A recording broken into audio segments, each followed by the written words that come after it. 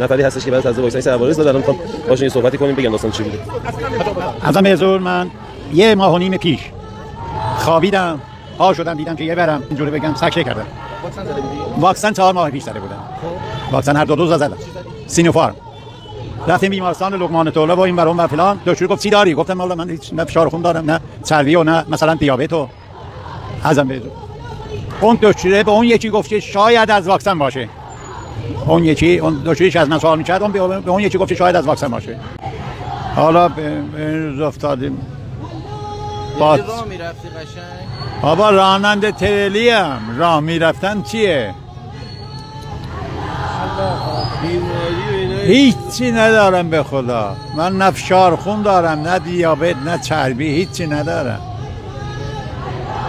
پس پیگیر نشدن، گردن هم نگرفتن برای واکسن دیگه. میگم اینا گردن نگرفتن برای واکسن، قبول که نکردن. آقا جان کی گردن میگیره؟